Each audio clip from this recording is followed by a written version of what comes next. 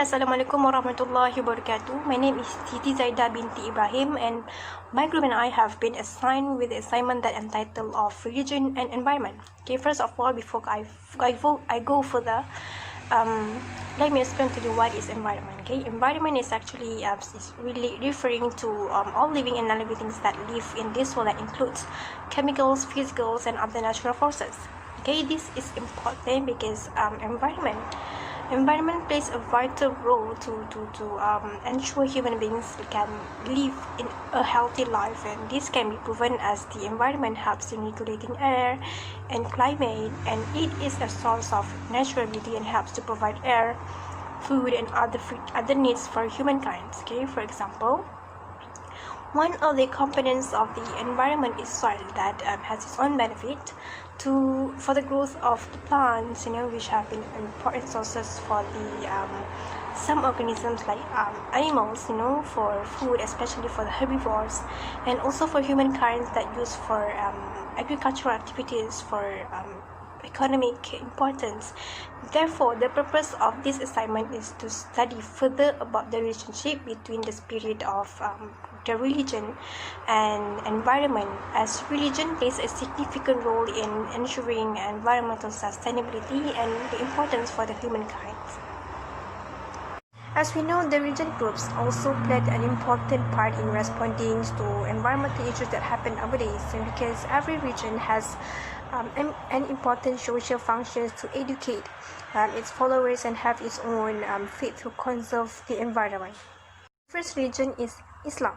Okay, in Islam, the term of caliphate or stewardship was a calling by God, for all humans to look after this planet that He created. In this religion, it applied the concept of green jihad that encouraged adherents to have an effort to take care of the environment. Okay, both the Quran and Hadith are used by the Muslims as it provides them with detailed guidance to appreciate the environment with various methods. And the passages of the Quran that set out the responsibility to take care of Allah's creation have drawn attention by the Muslims in order to protect the environment for the next generation. The next religion is Christians. Okay, most Christians believe that human beings have their own responsibility to use every creation by God in wisely that calls stewardship, and same concept of understanding of environment as Islam. And the passages from the Bible, like God took the man and put him in the Garden of Eden to work in and take care of it.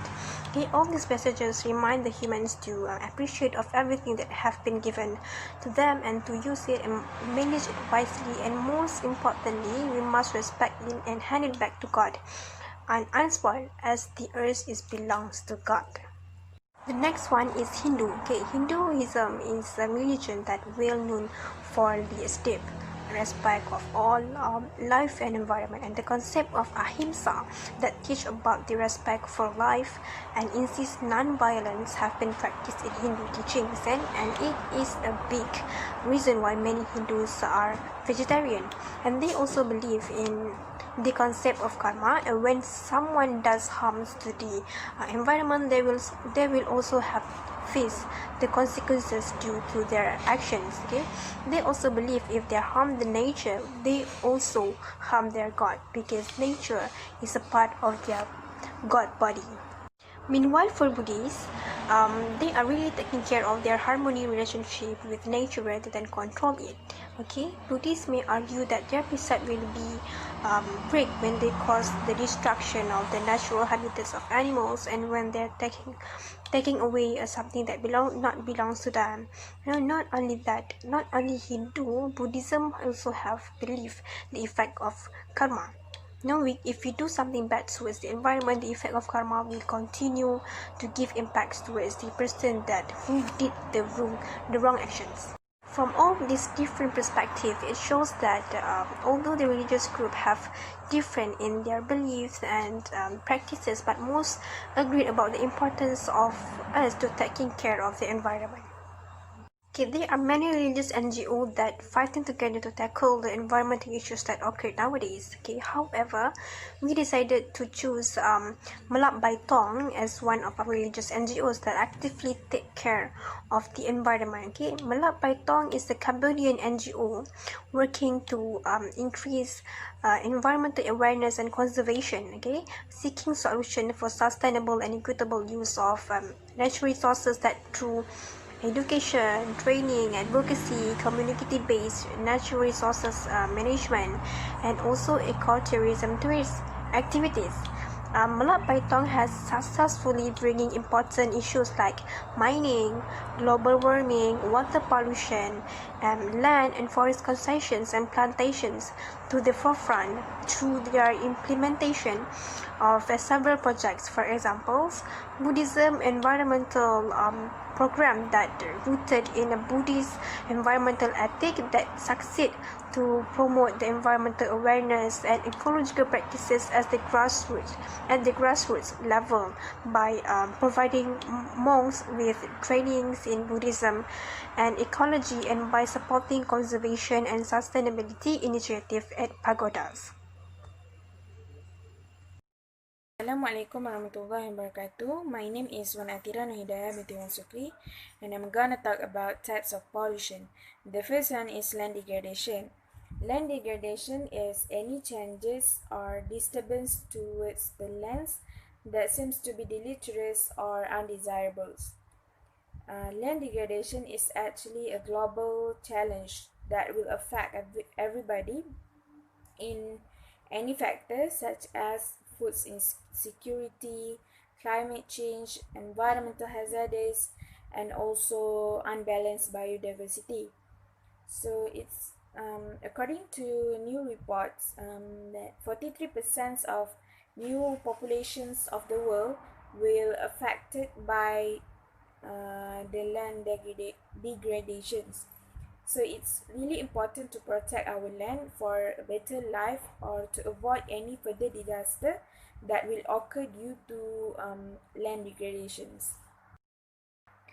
The second one is soil erosion. Soil erosion is the process of movement and transports of the upper layer of the soil, which is topsoil, by different agents such as water, wind, and also mass movement that will cause deteriorations in long term. Soil erosion is actually a consequences of um, sustainable land use and also others such as fire, mining, and also intensive agriculture uses. The loss of topsoil will cause and serious impacts towards the quality and quantity of the soil ecosystem services. Actually, topsoil takes 1,000 years to get to the new topsoil back. It is renewable, but it takes time. So for now, protecting the soil is the best method that we can do to ensure that our soil are protected and we're gonna have stable biodiversity and a good environment for continue our life. The third one is this deforestation. Deforestation is the clearing or thinning of forests by humans. It represents one of the largest issues in global land use. In the practice of clear cutting, all the trees are removed from the lands, which completely destroy the forest. This will give impact to our earth, such as climate change. Day by day, our earth getting hot. When forests are burned or being overexploited, the carbon will return to atmospheres, will cause global climate change, and the trees are no longer present to squeeze the carbon. Okay, next I'm gonna talk about factor that cause the pollution. The first factor is economic activities. Economic activities is the activities that providing, purchasing, or selling the goods or services. There is certain economic activities that give bad impacts towards our environment, such as the increasing of consumptions of non-renewable resources, um, um, higher levels of pollutions, and also uncontrolled development. This is very serious issue because we want our economic growth well, but at the same time we need if we overdoing it, it will affect towards our environment. So we need to ensure that um, our economic activities and protections for our environments are balanced. Um, the we need to reduce the economic activities that will give bad impacts toward our environment to ensure we are able to balance those uh, have a good economy and have a good environmental condition. The second factor is illegal activities or environment crimes. The illegal activities and environment crime is the most common crimes that against the environment. They are connected with the unlawful explorations of the wild flora and fauna. Um, Pollution is also one of environmental crimes. The examples of illegal activities is illegal loggings. Illegal logging is the illegal activities that will disturb our biodiversity and also our environment conditions. Other than that is wild animals traffic. Wild animal traffic, these crimes are ones of the most highest crime in the world.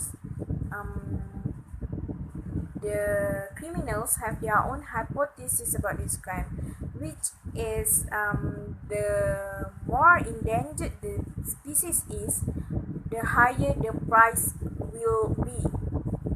So they are not afraid about the rules and regulations or the fees that have been implemented by the government, because the fee for them is too cheap, and the implementations of the rules and regulations are not strictly being implemented.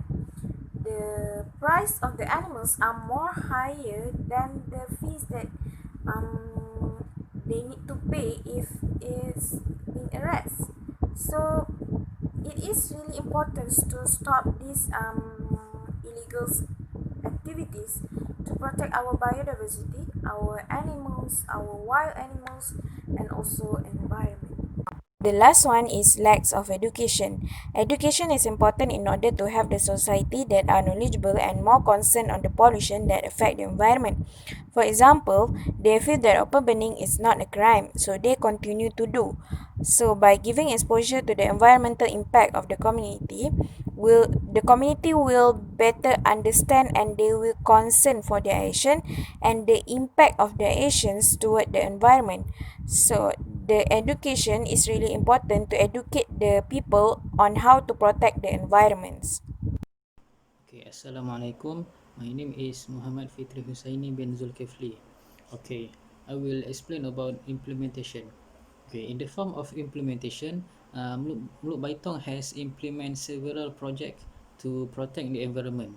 Okay, the first project is the collaborative management for watershed and ecosystem service protection and rehabilitation, or in the short form also known as COWES. Okay, this project led by the United Nations Development Programme, the Royal Cambodian Government and the Government Environment Facility (GEF).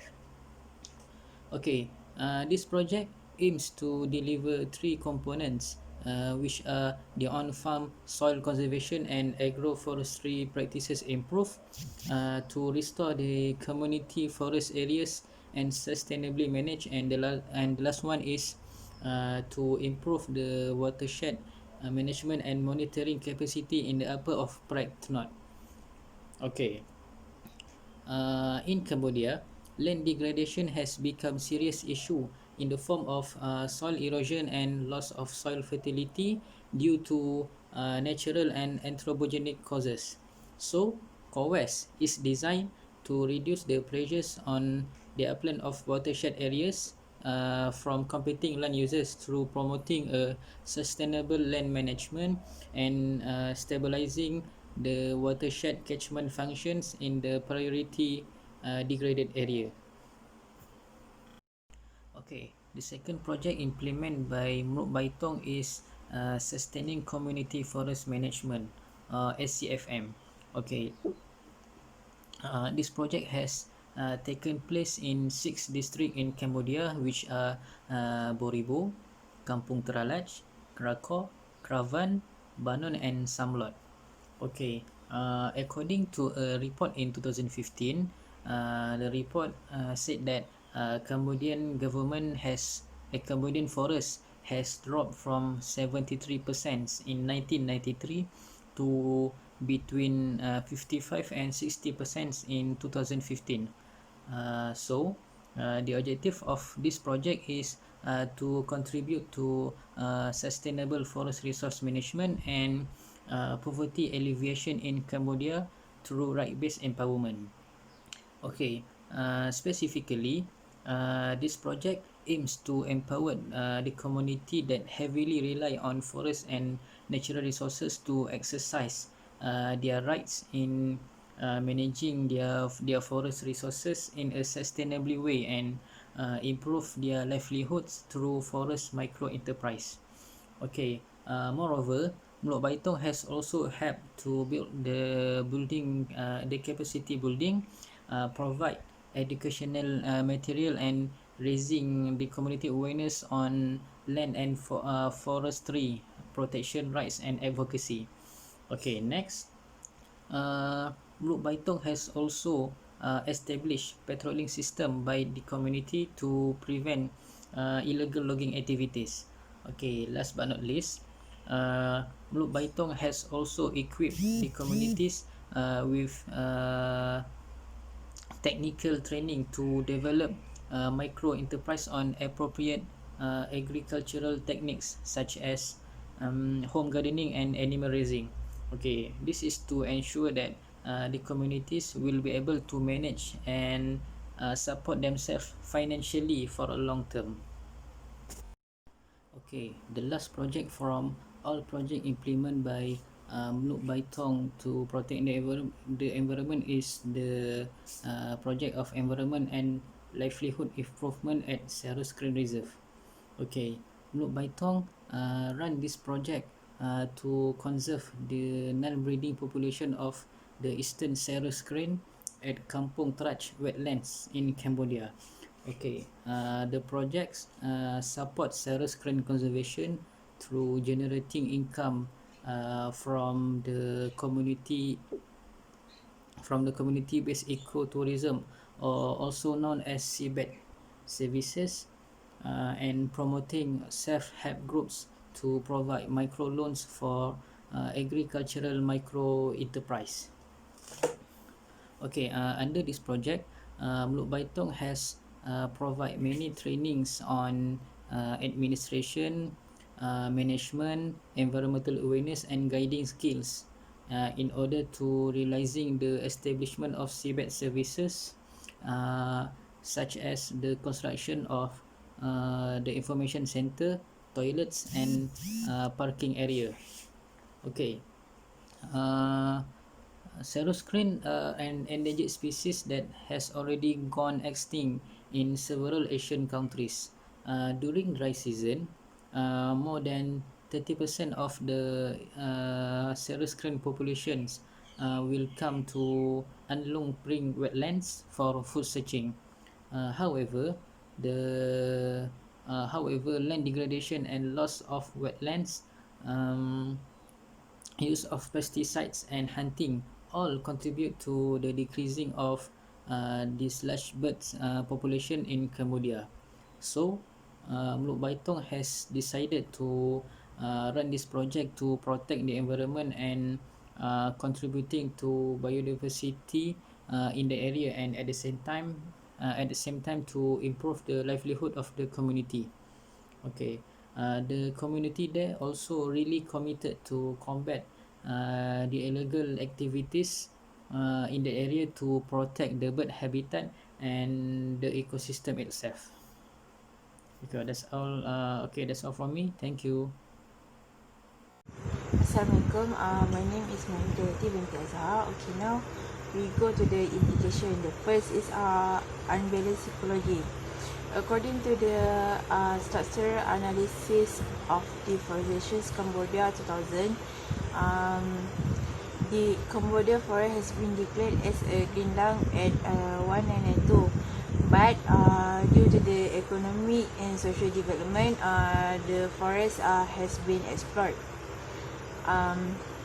As we know, forests are complex with biotic and abiotic. It will help each other to make earth balance and maintaining the temperature, and also the forest will produce the resources like herb, so we as human can use in the medicines.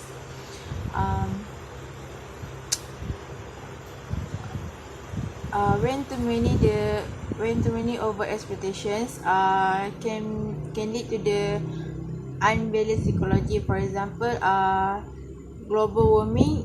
It is because the carbon dioxide, many carbon dioxide than the oxygens. Due to the less number of tree.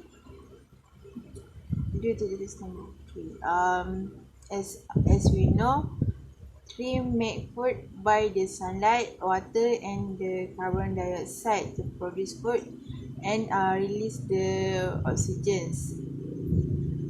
Respiration process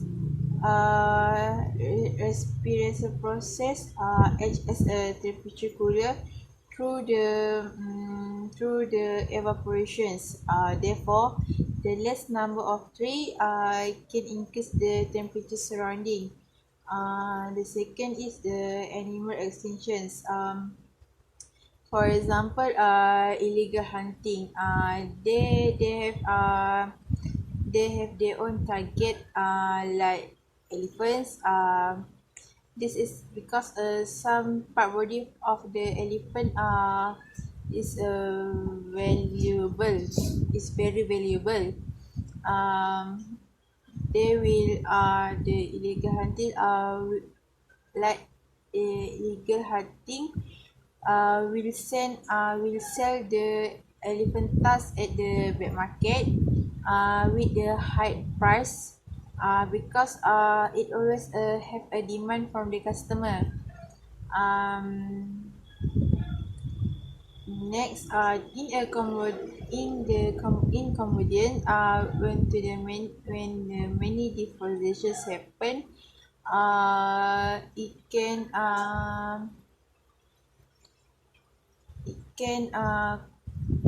bring to the can cause the forest ecosystem and wildlife habitat disrupt. The animal in forest will threaten and they will out from their habitat. And the last is land degradations, deforestations, and the competitive land use. Competitive land use are the factor contribute to the land degradations. Prolonged soil damage and without control can lead to the several drought and the desertifications. Um, can lead to drought, desertification, and it making difficult to retain the water and help plant to grow up. Next, deforestation also can lead to the landslide happen. This is because when raining happen, there is no road to support the soil. So when the rain drop to the soil, it can lead to the landslide happens. Thank you. In conclusion, many religion teach their followers to be a good people, whether to the animal, plant, and the human. They also teach their followers to be disciplined and adhere to each other religion and not violate the rule. Last, we as humans can use all the resources given by the nature, but we must know the limit. We should appreciate the earth, and we must take care for the next generation. That is why the religion people play a role important to protect the environment, like Mukbaitung Buddhist Society in Cambodia. They do a lot of activity to spread awareness for people to care about the environment.